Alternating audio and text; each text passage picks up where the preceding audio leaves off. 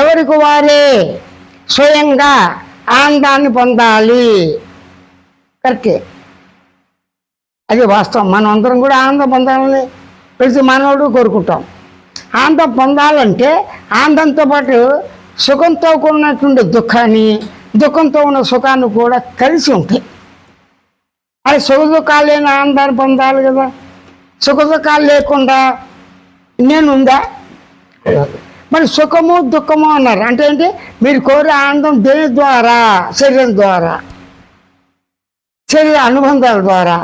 నిద్ర పట్టిన వాడికి ఏంటి? నిద్ర వల్ల ఆనందం ఉంటాడు. ఆనందం వస్తుంది, నిలబడుతుందా? మంచి కళలు రావట్లేదు. వీపు ద్వారా మందులు తీసుకోవడం మంచి కళలు వచ్చినాయి, అది శాస్త్రంగా ఉండవు కదా.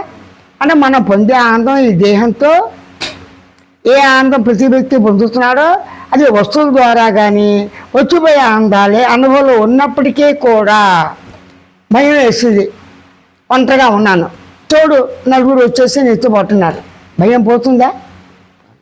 ముఖ్యంగా ప్రతి వాళ్ళకి కూడా భయానికి కారణాల కన్నా అన్ని భయానికి చెప్పిన కారణాలు చెప్పాలి. అజ్ఞానం అని ఇదని కాదు. ఎలాగా? ప్రశ్న వేయటానికి అందరికీ ఏదో కొంత వయసు వచ్చింది. ఆ వయసు వచ్చినాడు సమాధానం ఉన్నప్పుడు ప్రాణం పోవచ్చుగా, చెప్పేవాడికి వినేవాడికి చెప్పలేం కదా. అంటే ప్రాణం రాకడా పోకడా చెప్పగలమా? గ్యారంటీ లేదు. అంటే గ్యారంటీ లేని ఆ భయం ఏది?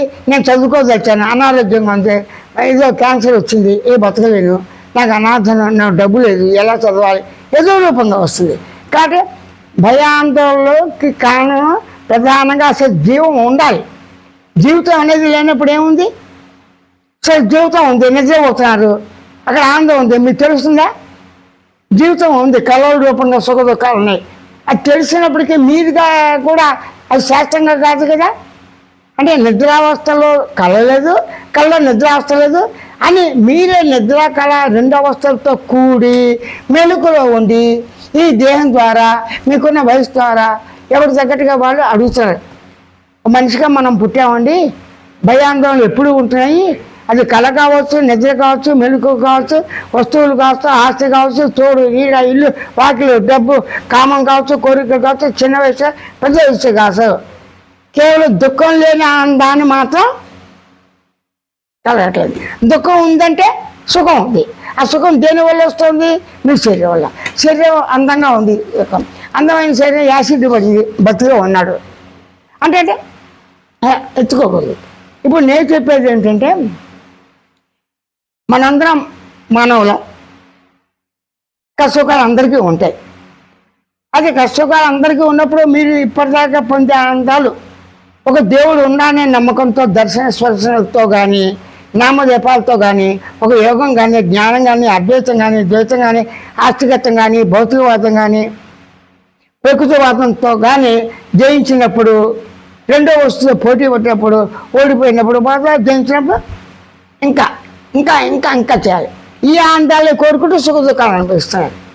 అలా కాకుండా మీరుగా ఉండండి.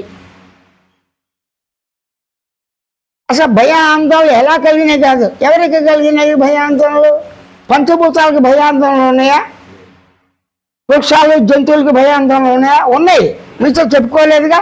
కానీ మనిషి తన భయాందోళనని, తన సమస్యల్ని, తనకున్నటువంటి కోరికల్ని, వాసనని సాటి మానవుడికి చెప్తాడా, జంతువులకు చెప్పుకుంటాడా? దయచి మానవులకే కదా ఎక్కువ, మానవ జన్మే కదా. అలాంటప్పుడు ఇది పక్కన పెట్టి